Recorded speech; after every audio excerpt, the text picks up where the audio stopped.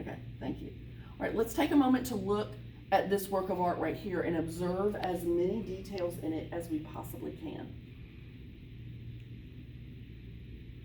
There's different size figures. Okay, you see that? That's awesome. Let's hold that thought. We've noticed some different size figures. Let's keep looking for a moment before we share any more. The dude on the far left is being guided by a guy with a jacket. Okay, so it feels like we're ready to go. And when you say the dude on the left, you're talking about this one right here? Yes. And what do you see that makes you say that he's being guided? The person that he's holding hands with the jackal dude. Can you see that, Ellie? So the fact that the dude with the jackal head, they're holding hands, that gives you the impression that he's being guided. Okay, so we've noticed these two figures and one seems to be guiding the other and that the figures are not all the same size. What more can we find? The headpieces, like of the person sitting, and there's one up on the top row. This one right here? No, like the white ones that are from like lower. Oh, this one, yes, this looks like the crown of Lower Egypt. Connecting that to what we've learned already, that white crown of Lower Egypt. It looks like it's the same person, or maybe different, but the guy in between the owl head and the other bird head. This guy? I think he has something on his hair. Is that like? That is actually a tear in the original work of art. This was put on papyrus, okay? So, but this guy looks like the same guy as this guy, is that what you were saying? Okay, so, and Sebastian agrees. There's like little characters in the wall. Yeah, and then I mean like below those people. Oh, these right here? Yeah. You're asking, are these little characters in the wall? You're sitting really close, Jack. Can you tell what's going on right here with the wall? I mean, it kind of looks like hieroglyphs, that's what they're called. Yeah, it does. It does look like hieroglyphs, and we believe that that's what this is. So good reading. Yes. Like they're all holding like the symbol, like the circle with the hand, like even on the bottom too. All right, so we see here, Livy's noticed this same, am I blocking your view, Adu? Can you see? This same symbol, it's called the Ankh, and it symbolizes eternal life. And we see several figures with it, don't we?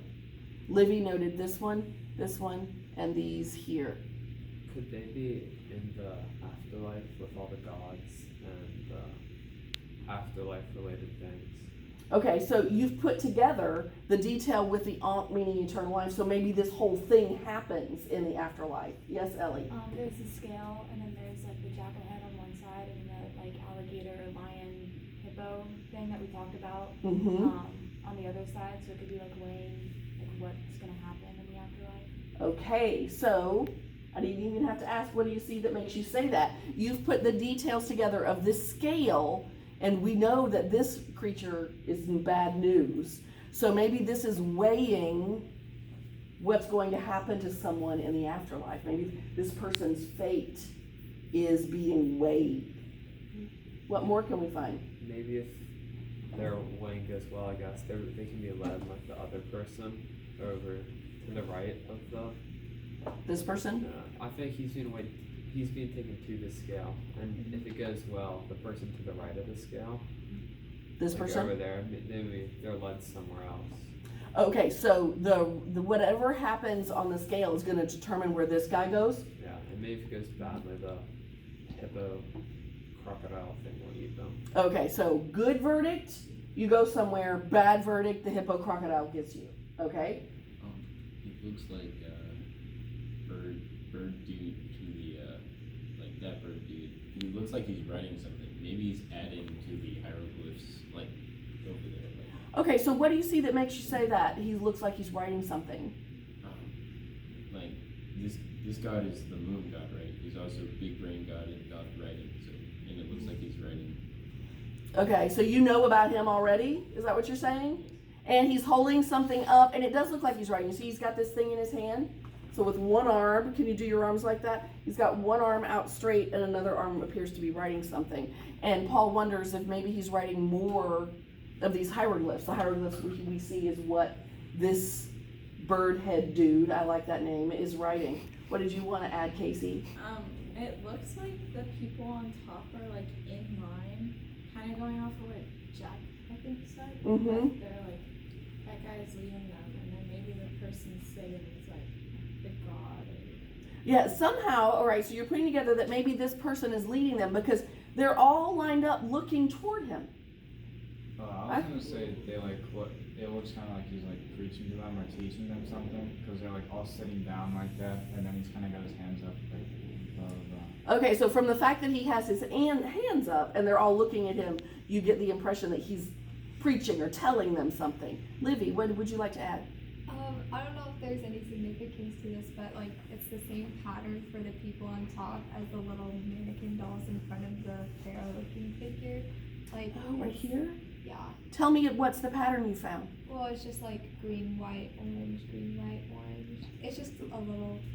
No, but that's interesting to note, and I hadn't noticed that before, that the pattern of the colors in these figures seated at the top are repeated in these small figures here. Jaya. So back on what Lily was saying, possibly the figure all the way to the right is This one? it's like a higher person of some sort, and they're actually like creating this law of order, I guess, or this, maybe it's a religion or a culture, and they're maybe converting the people that are coming in from the left on the bottom into these people who worship each other at the top. Oh, okay. So you're putting details together, if I understand you right, that this is some sort of higher power or someone in charge, and it's about converting these figures into these figures. Okay, I'm following you. Jack and then Matthias.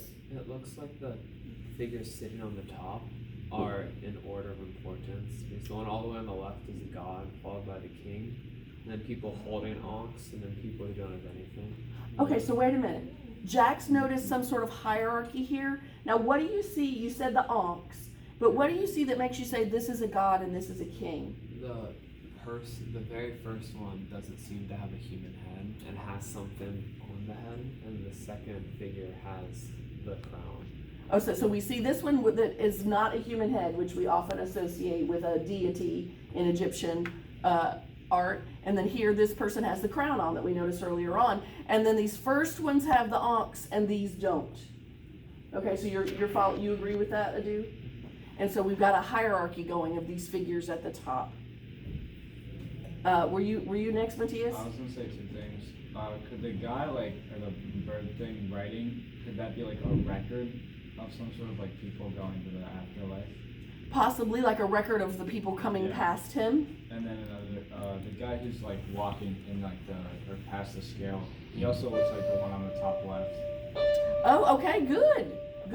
Sebastian, can you add yours real quick? I was gonna say that like with like the alligator, lion, hippo, there's more hieroglyphs on his side, so that could be like bad deeds or like sins that people like commit. Oh, okay.